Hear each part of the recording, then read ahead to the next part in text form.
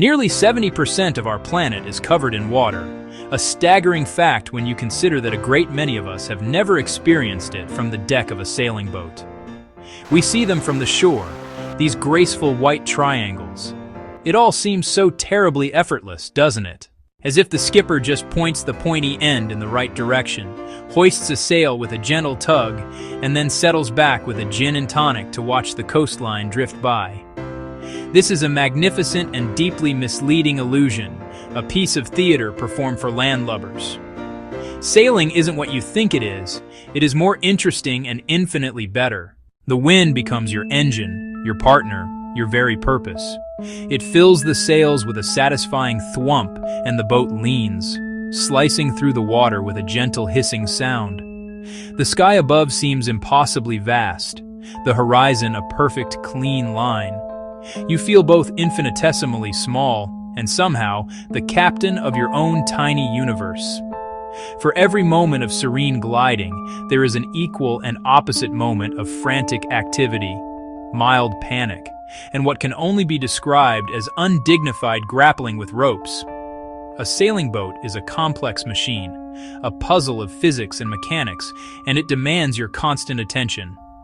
It does not suffer fools gladly. Ignoring a change in the wind or a strange noise from the rigging is like ignoring a rattling sound in your car engine while driving through the desert. It is a gamble you are almost certain to lose in a uniquely damp and inconvenient fashion. Sailing rewards preparation and punishes complacency. Before you can even dream of feeling the wind in your face, there is the small matter of preparation. This means checking the weather forecast not once, but obsessively, as if cramming for an exam that could involve being drenched and miserable. You must learn a new vocabulary of knots, the bowline, the cleat hitch, the figure eight. Getting them wrong can be the difference between a sail that stays up and one that comes crashing down. The sails are your engine. The lines are your controls. The hull must keep the very large ocean on the outside. A compass for direction and GPS for a more modern sense of not being lost. Life jackets, flares, a first aid kit, enough food and water to last the trip, and a little extra. Some days the wind vanishes and you bob like a cork in a bathtub. Other days, waves rise and everything gets wet. Making tea becomes a Herculean effort. Yet those hardships make the highs. Dolphins playing, a hot drink on watch. All the more precious.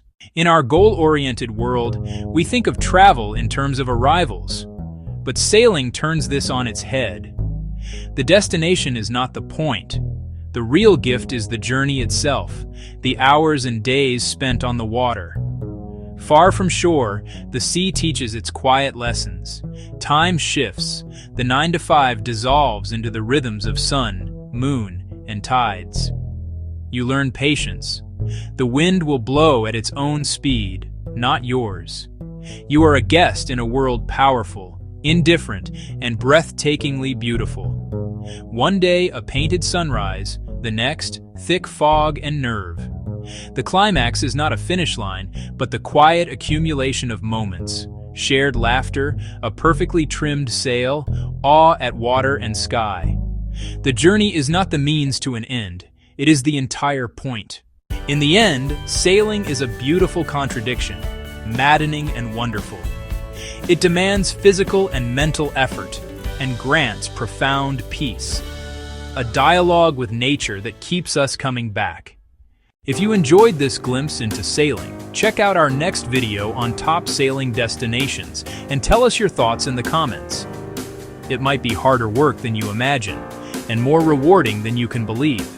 An adventure waits on the tides for anyone willing to cast off toward that endless open horizon.